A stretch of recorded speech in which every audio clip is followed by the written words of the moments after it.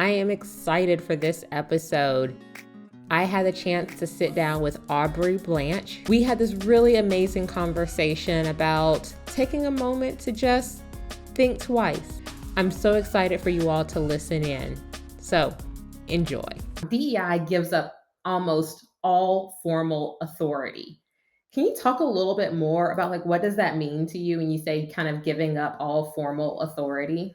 Yeah, so I would say, I'm in an incredibly supported role. Like I've never been in a better place in my career in terms of leadership support and resourcing and things like that. And the only stuff I have formal decision rights over is how I allocate my budget.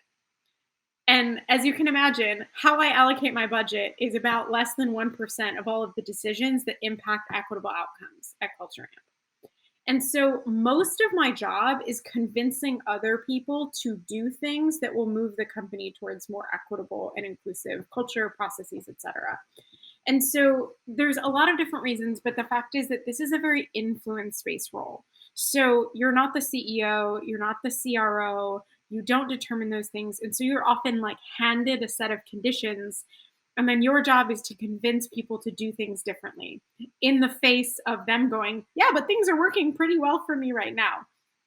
Um, and so I think that's really important to understand. And it goes back to the point I made earlier about, if you're a brilliant director of sales, you're giving up power by taking a DEI job. You're also probably giving up your earning potential. But right, because DEI, there's many reasons white supremacy that DEI work is not valued. Like we can get into that, but that's what is. So you're giving up power to directly create change in an organization by choosing a DEI career. To you have to go from doing things to convincing other people to do things, or building the structures that cause other people to do things more fairly. And so if you really like taking credit for a win, this is not the career for you, there's nothing wrong with that.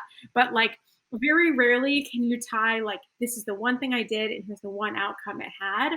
This is not the type of this role doesn't have the type of feedback environment where that happens. So again, if you're motivated by that really quick feedback cycle, that's really great. But this is not the time horizon of work that's going to give you that. But again, always go back to this.